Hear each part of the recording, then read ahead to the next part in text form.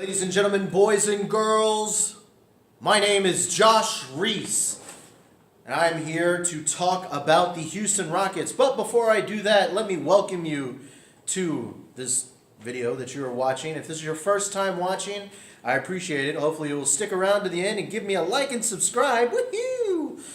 I'd appreciate it. If you can also follow me on Twitter at Mr. Joshua and find me on Facebook, I'm on there as well. I have a Facebook work page. I think it's Joshua Reese. Some sort like that. I should probably be better prepared, and I should probably know exactly what I'm supposed to plug when I'm doing this. But I digress. So, why are we doing this video today? We are doing this video because the Houston Rockets are done with the regular season. Sunday night, they'll be taking on the Oklahoma City Thunder. They will be here in this building. The Thunder are traveling to Houston for 2 games as the playoffs start, and the Rockets will take on their 6-seed matchup with the fighting Russell Westbrooks and the Pips. So, we're here today to talk about the final game of the regular season for the Rockets and what is next for the Rockets. And I just told you what's next is Russell Westbrook. So, the Rockets finish out the regular season with 55 wins. And if you had asked somebody at the beginning of the year, how many wins do you think the Houston Rockets would have? Very few people outside the Rockets organization would have said 55, including this guy right here. I thought the Rockets would probably be about like the Oklahoma City Thunder level. I figured they would struggle more trying to learn D'Antoni's offense than they had. I mean, they took to this offense that Mike D'Antoni had like a fish to water. They did it and just ran. It was amazing how quickly they seemed to adapt. After about the first week of the season, the Rockets were a totally different team. Oddly enough, it's about the first week and the last week of the season that people have the most problem with the Rockets. First week of the season, they lost to the Lakers to start the year. They also had that weird road trip to start the season. They beat the Dallas Mavericks, but then they went on the road to play the Hawks and the Cavs. They kind of looked really kind of discombobulated, and it was the game against the Spurs where I think people started to kind of believe that something could be there. And it wasn't until the Warriors win after that Utah Jazz loss where the Rockets were totally like outclassed by the Jazz. Then they went on the road, well, they were still on the road. Then they went to play the Golden State Warriors, and they beat them in a was it double overtime or just single overtime? Regardless, they beat them in an overtime game, and people were like, wow, these Houston Rockets were for real. Then after that game, they went and played the Nuggets in high altitude on the road on the very next night, and people were like, oh, schedule loss, just write it in, big L, but it's fine. You know, they spent all the emotion out the next game. They have no legs left. They went out, took care of business against the Nuggets, and bam, here we are. Months later, the Rockets own the 3 seed, and they are a team that I think a lot of Western Conference and Eastern Conference teams should fear. The Rockets have wins over the Golden State Warriors. They have They have a win over the Golden State Warriors. They have a win over the Cavs, and they have a win over the Spurs. The Rockets have shown that they can beat that upper echelon competition. It is something that other teams should fear. When the Rockets have everything rocking and rolling for them, they are a damn hard team to beat. Damn hard. So, this past week and a half-ish, the Rockets have been struggling a little bit. Not all of it's their fault. A lot of it, they're resting players. They're trying to get ready for the postseason. So, final game of the season comes against the Timberwolves. D'Antoni says this is going to be kind of a little bit like a dress rehearsal. So everyone is going to play the minutes that you would expect for them. Ryan Anderson's going to play in the second half. James Harden is going to play his normal minutes. They want to treat this game like a regular season game. I don't want to say playoff game because it wasn't playoff intensity, but it was intense. Houston Rockets at times looked really, really good. Then at times when the shots weren't falling, they looked really, really bad. But when it's all said and done, they scored. Let me get it correctly, 100%. It ended up scoring 123 points, despite only shooting 33% from three. Now, the more concerning number that you probably should worry about is that the Rockets gave up 118 points. But I think a lot of that could be that they kind of weren't 100% locked in that fourth quarter. Weren't exactly given 110%. What's kind of marked the Rockets over the past couple weeks has been the fourth quarter. And they've had a couple really gnarly ones. They had a really bad fourth quarter against the Pistons. They had a really bad fourth quarter against the Kings that almost cost them. And then tonight again. But I think a lot of that has to do with the Rockets just really focusing on what's beyond this regular season. Unfortunately for the Rockets, after they, I can't remember what game it was, but there was a game where they had a chance, and they won out. They had a chance at 60 wins, but that ship sailed after they lost. Then James Harden got a little bit hurt, and he had that wrist injury.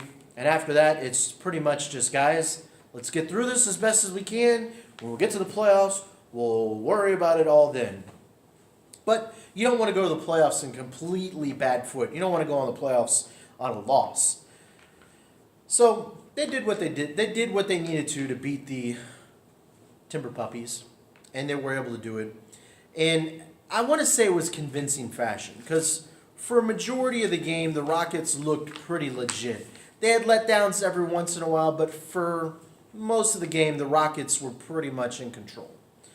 So it was nice to see the Rockets do fairly well in a game before they hit the playoffs. But there is that old problem that keeps popping back up. And you saw it tonight. They gave up 21 rebounds to Karl Anthony Towns. Now, that's not to say Karl Anthony Towns wouldn't get 21 rebounds on any other team out there. But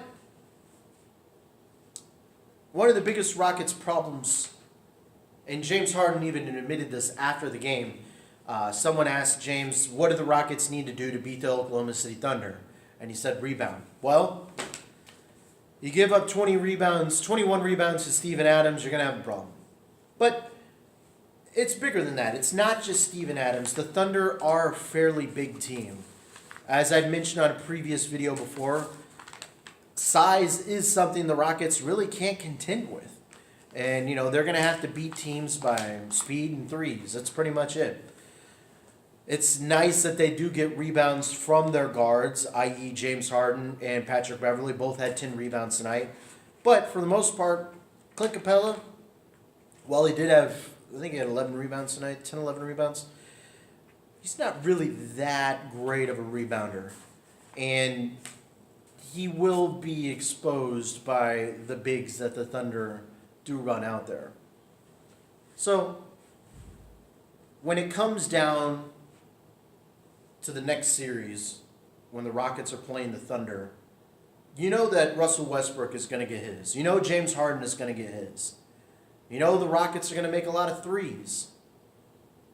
But rebounding is going to be one of the biggest keys in that series. Can the Rockets keep defensive boards? Can they keep the Thunder from having multiple possessions? And can they get multiple possessions on the offensive glass? It's great when Patrick Beverley is going in and he's getting 4, 5, 6 offensive boards. But you can't count on that all the time.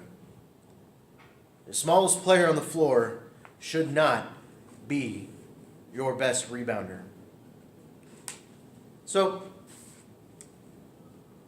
that series is going to be pretty interesting. I know it's going to get a lot of media attention based on MVP versus MVP. We're not going to know who wins the MVP for a while now, but these two guys are MVP level players. And it's really not even going to be about these guys. It's going to be about the guys that are surrounding the talent of Harden and Westbrook. Rockets have more talent.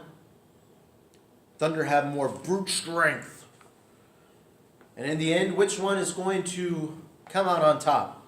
Rockets three-pointers? Going to rain on? Swish, swish, swish, swish. Going to rain? Or is it the Thunder? Thunder going to hit the glass and really destroy the Rockets on that end. And if that happens, it's going to be a long series. I myself don't see the series with the Thunder lasting very long. But it's going to be an issue if they can't hit the glass and rebound. So, not too much else I think we need to talk about. It should be a little bit concerning heading into the playoffs that Lou Williams, aside from a game here or there, ever since he's come to Houston, he has not looked that great. And it was a takeaway against the Timberwolves, the final game of the season. So often, when Beverly, Williams, and Gordon are on the court, Beverly is the one that's running the offense. I thought Lou Williams was brought here to be that creator, that second pocket James Harden. But for whatever reason, I don't know if anybody else notices this or not, but for whatever reason, when those three guys are out on the court, he defers to Patrick Beverly. Beverly knows well, I won't say he knows the offense more, but I guess he does know the offense a little bit more. But for whatever reason, I had assumed that Lou Williams was going to be that extra boost, that guy that really runs the pick and roll to a team when he's in there. But he's really just kind of another shooter here. I don't know what that means going forward and whatever, but just a takeaway I had. So, not too much else to talk about. I guess the last thing we should talk about is Ryan Anderson in his return back to the second half of games. Looked pretty damn good. He shot a crap ton of threes, but he also made his own fair share of threes. And that's going to be something the Thunder are going to have to deal with, is Ryan Anderson hitting 30-foot jumpers. And if he can hit it at a consistent rate, it's going to be a pretty long series for the Thunder. This is going to cause them to pull like Taj Gibson all the way out 30 feet. And those rebounds that Gibson is going to get, when he's normally underneath the glass, pretty much neutralize Gibson, which would be perfect for the Rockets. Then you just have to worry about Capella winning his matchup with Adams or Cantor or something like that. But can't really think of too many other things to say. Seems that the Rockets are going to be heading into this series fully healthy, knock on wood. Even Troy Williams made an appearance against the Timberwolves and threw down a dunk. And not that he's going to get an extreme amount of minutes during this upcoming series, but, I mean, you never know. So, that's pretty much all I got. I appreciate you guys for giving this a watch. Once again, my name is Josh Reese. You can find me on Twitter at Mr. Joshua. And feel free to like, subscribe, and leave me a comment on what you think about this upcoming series. I'd appreciate some feedback. Guys, I'm going to bounce, and I will make sure to have something for you on Sunday when the Rockets go toe-to-toe with Russell Westbrook and the Oklahoma City Thunder.